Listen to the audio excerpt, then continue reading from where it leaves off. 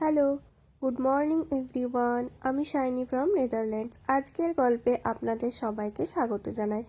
আজকের দিনটা হলো সোমবার, আর ঘড়িতে এখন সময় সকাল 10টা। সকাল সকাল বাড়ি থেকে ব্রেকফাস্ট করেই বেরিয়েছি। আর আজকে আমরা এসেছি রটারডামের একটা ফেমাস জায়গায় ঘুরতে। আচ্ছা, গেস করুন তো কি হতে পারে। ঠিক আছে, চলুন আমিই বলে দিই। আজকে আমরা যাচ্ছি ইরাসমাস ব্রিজ।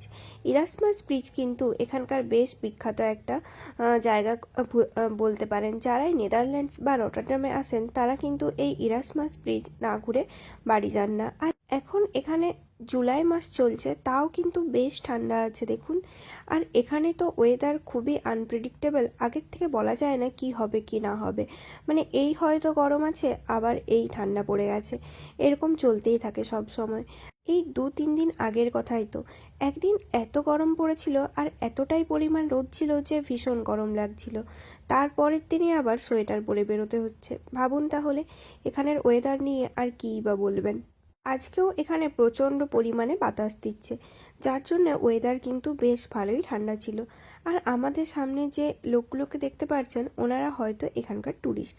আমাদের যদিও এখান থেকে বাড়ি খুবই সামনে, আমরা মেট্রো ধরে এসেছি। মেট্রোতে 2টো স্টপেজ পরেই আমাদের বাড়ি থেকে এই জায়গাটা, এটা বিউরিশের সামনে থাকে আর কি।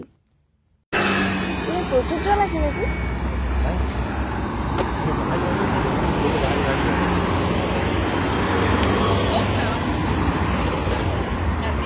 গাড়িগুলো কি স্পিডে আসছে দেখলেন? এখানে কিন্তু প্রত্যেকটা রোডের স্পিড লিমিট নির্ধারিত করা থাকে।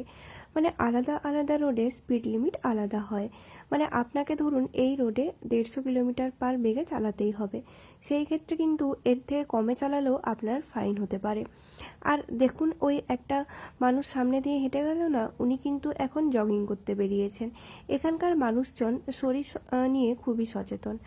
এই ইরাসমাস ব্রিজের পাশেই কিন্তু বিভিন্ন কান্ট্রির ফ্ল্যাগ দেওয়া আছে। যখনই এটা দেখেছি তারপর থেকেই আমি আমার নিজের কান্ট্রি, নিজের দেশের ফ্ল্যাগ খোঁজার জন্য চোখগুলো এদিক ওদিক ঘুরে বেড়াচ্ছে, কখন দেখতে পাবো। যদিও এই ফ্ল্যাগগুলো অনেক দূর পর্যন্ত ছিল রাস্তার, হয়তো আরেকটু পরে আছে, সেই আশা নিয়েই সামনের দিকে এগিয়ে যাচ্ছিলাম। আর দেখুন, এই নদীতে কিন্তু প্রচণ্ড জল আছে।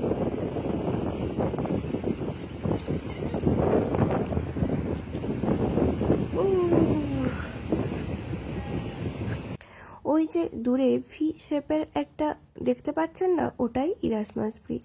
ইরাসমাস ব্রিজ কিন্তু এখানে বেশ ফেমাস। আর যখন ক্রিসমাসের টাইম হয় না, বা নিউ ইয়ারের সময় 1 জানুয়ারিতে এখানে প্রচুর পরিমাণে ফায়ারওয়ার্কস হয়।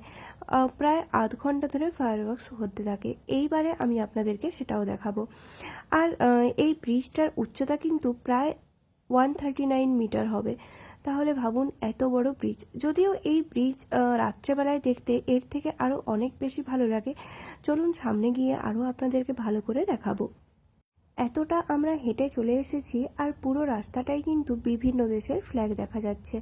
আর এতক্ষণে আমি আমার নিজের দেশের ফ্ল্যাগ দেখতে পেয়েছি, ওই যে দেখুন ওইখানে। তাহলে চলুন আরও কিছুটা এগিয়ে যাওয়া যাক, আর দেখি এখানে কি কি আছে। বেশ ভালোই রোদ উঠেছিল, যার জন্য হাঁটতে খুব একটা বেশি কষ্ট হচ্ছিল না।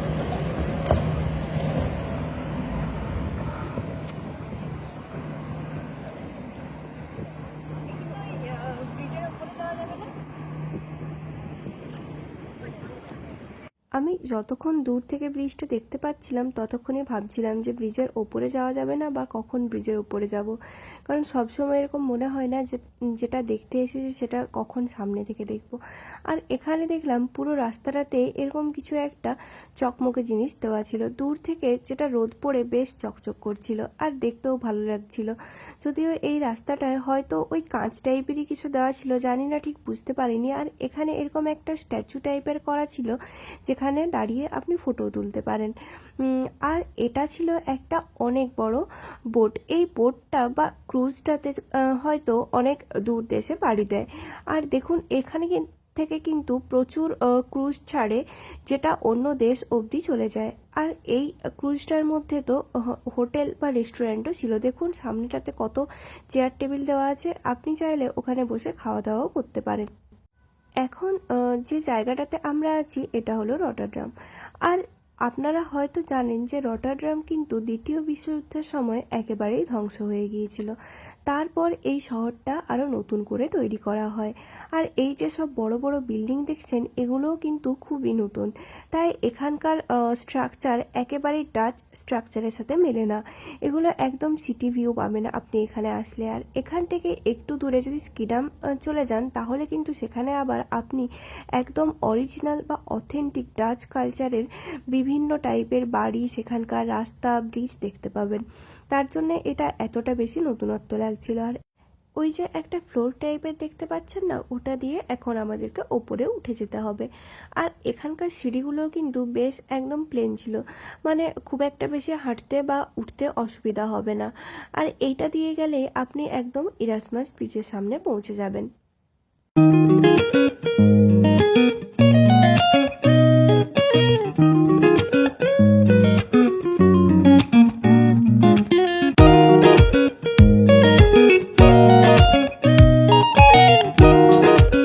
এখানে কিন্তু প্রচুর ওয়াটার ট্যাক্সিও চলে, যেগুলো ভাড়া করে আপনি চাইলে এই পুরো জায়গাটা ঘুরে দেখতে পারেন। আর ওয়াটার ট্যাক্সি যদি না নিতে চান, তাহলে কিন্তু বোট রাইডও করতে পারেন। এখানকার বোট রাইডও বেশ ফেমাস। এখানে একটা ছোট্ট ওই আইল্যান্ড টাইপেরও আছে, মানে দুদিকে জল আর মাঝখানে মানুষজন বসবাস করে। সেই জায়গাটা যদিও আজকে আমাদের যাওয়া হলো না। আর এখন আমরা একদম ব্রিজের পাশ দিয়ে হাঁটছি। দেখতে পাচ্ছেন ব্রিজের প্রত্যেকটা জায়গা, ওই রডগুলো পর্যন্ত দেখা যাচ্ছে। খুবই সুন্দর লাগছে দেখতে, তাই না?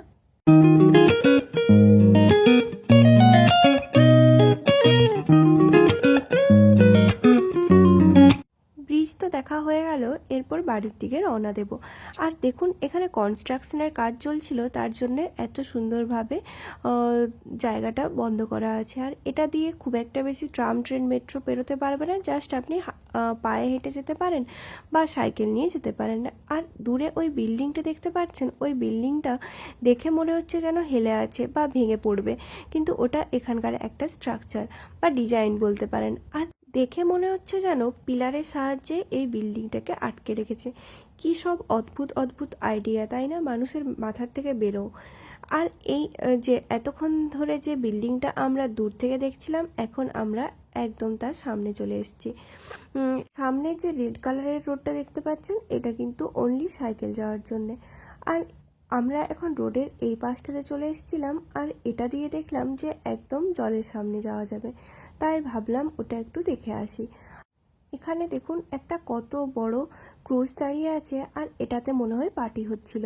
আর প্রচণ্ড জোরে গান বাজাচ্ছিল, তার জন্য হয়তো পুলিশ চলে এসছে আর সেটাকে বন্ধ করানোর জন্য। এই ক্রুজগুলো কিন্তু অনেক দূর পর্যন্ত যায়, প্রায় 5-6 মাস ধরে এরা জলে যেতেই থাকে। আর আমরা যেটা ভাবলাম সেটা সত্যি, পুলিশ চলে এসেছিল এই ডিজে বা গান যেটা বাজাচ্ছিল সেটা বন্ধ করার জন্য। আর বন্ধ করাবে নাই বা কেন, এত জোরে জোরে বাজাচ্ছিল না, আমরা তো ওইটা দেখেই বিশেষ করে ওর সামনে গেলাম। চলুন তাহলে আমরা এরপর আস্তে আস্তে সামনের দিকে রওনা দিই। আর এমন হঠাৎ করে বাতাস দিতে শুরু করেছে না, বেশ ঠান্ডাও লাগছে, একটু আগে গরম লাগছিল। এই ক্রুজটা যেখানে দাঁড়িয়ে ছিল সেখান থেকে কিন্তু চলে যাচ্ছে। হয়তো পুলিশরা এসে বলল যে একটু ক্রাউডেড জায়গা থেকে দূরে গিয়ে বাজাতে, আই ডোন্ট নো। আর এখন দেখুন আমি জ্যাকেট পরে নিচ্ছিলাম, কারণ এত হঠাৎ করে ঠান্ডা হতে শুরু করেছিল ওয়েদারটা, যার জন্য জ্যাকেট পরতেই হলো। আর এখানে তো আপনাকে সব সময় জ্যাকেট আর ছাতা নিয়ে ঘুরে বেড়াতেই হবে, যদিও আমরা ওয়াটারপ্রুফ জ্যাকেটই পরি, কারণ এখানে কখন বৃষ্টি হবে সেটাও কেউ বলতে পারে না। আর ওই যে বলছিলাম না ওয়াটার ট্যাক্সির কথা, ওই ছোট্ট একটা বোট টাইপের যাচ্ছে, ওটাই ওয়াটার ট্যাক্সি। এটাতে করে আপনি এই জলে ঘুরে বেড়াতে পারেন। আর এদিকে দেখুন আমি টুপি সোয়েটার পরে একদম রেডি হয়ে গেছি। আসার সময় তো হেঁটে হেঁটে বেশ চলে এসেছিলাম, এখন আর এতটা রাস্তা হেঁটে কিছুতেই যেতে পারবো না। তার জন্য হয় ট্রাম বা মেট্রো কিছু একটা নিতেই হবে। 9292 বলে এখানে একটা অ্যাপ পাওয়া যায়, যার মাধ্যমে আপনি এখানকার সব কিছু, মানে এখানকার পাবলিক ট্রান্সপোর্ট সম্পর্কে জানতে পারবেন। সেখান থেকে সার্চ করে আমরা দেখলাম যে এখান থেকে নিয়ার বাই ট্রাম স্টেশনই হবে, তাই আমরা ট্রামের জন্যই ওয়েট করছিলাম। আর 2 মিনিট পর ছিল আমাদের ট্রাম, আর ট্রামে করে আমরা নেমে যাব আমাদের একদমই বাড়ির সামনে। আজকে ভাবলাম বিকেলে স্ন্যাক্সে বানাবো বার্গার টাইপের কিছু। যদিও এই টিকিগুলো আমরা আগের থেকেই কিনে এনেছিলাম, এটা আমরা একটা এখানের ইন্ডিয়ান দোকান আছে যেখান থেকে কিনেছিলাম। আর এখন শুধুমাত্র আমাদেরকে এই টিকি যেগুলো আছে এগুলো ভেজে নিলেই হবে। এই টিক্কিগুলো ছিল ফ্রোজেন। এখন আমি একটু ব্রেডের মধ্যে বাটার লাগিয়ে নিচ্ছিলাম আর একটু সেঁকে নিচ্ছিলাম, যাতে বেশ কুড়মুড়ে হয় ব্যাপারটা। তখন যদিও মাথায় ছিল না, এটা তখন স্যান্ডউইচ মেকারে করে নেওয়াই উচিত ছিল, তাহলে আরও ভালো হতো। সে যাই হোক, প্রথমবার হয়ে গেছে, পরের বার থেকে এটা স্যান্ডউইচ মেকারেই করা হবে। আর দেখুন, আমি এদিকে টিকিগুলো বের করে নিয়েছি, এগুলো এখন একদম ফ্রোজেন আছে আর বরফও জমে আছে ওপরে। এরপর চলুন তাহলে এটাকে আমরা ভাজার জন্য কড়াইতে দিয়ে দিই। আর এদিকে আমি চা বানাচ্ছিলাম। চা বানাতেও তো প্রচুর টাইম লাগে, প্রায় আধ ঘন্টা ধরে চা বানাতে হয়। আর এই যে টিকিগুলো আমার আস্তে আস্তে ভাজাও হয়ে গেছে, বেশ একটু লাল লাল করে ভাজলে কিন্তু আলুর চপের মতনই খেতে লাগছিল। অনেক দিন পর মনে হলো চপ খেলাম, এরকম টাইপের স্বাদ ছিল। আর আমি ওই ব্রেডের মধ্যে দেওয়ার জন্য একটু টমেটো, শসা, ধনেপাতা কেটে নিয়েছিলাম আর বের করে রেখেছিলাম সস আর মায়োনিজ। এই টিকির সাথে কিন্তু ওনারা কিছু চাটনিও দিয়েছিলেন, তার মধ্যে একটা তো ছিল একটা ওই তেঁতুলের চাটনি আর একটা ছিল কাঁচা লঙ্কার, যেটা খেতে খুবই ভালো। আমি এক এক করে ব্রেডের উপরে ওই প্রথমে মায়োনিজ দেব, তারপর শসা, পেঁয়াজ, টমেটো আর ধনেপাতা দিয়ে দেবো, তারপর ওপর থেকে দিয়ে দেবো এই টিকিগুলো। টিকিগুলো যদিও আমি হাতে নিয়ে বের করেই খেয়েছিলাম, কারণ ওটা খেতে বেশি ভালো লাগছিল। আজকে আমার এই ভ্লগ এখানেই শেষ করছি। যদি আমার এই ভ্লগ আপনাদের ভালো লেগে থাকে তাহলে please do like, comment, share and subscribe. দেখা হবে পরের নতুন একটি ভ্লগে, ততক্ষণের জন্য টাটা। Thanks for watching my video. Thank you so much.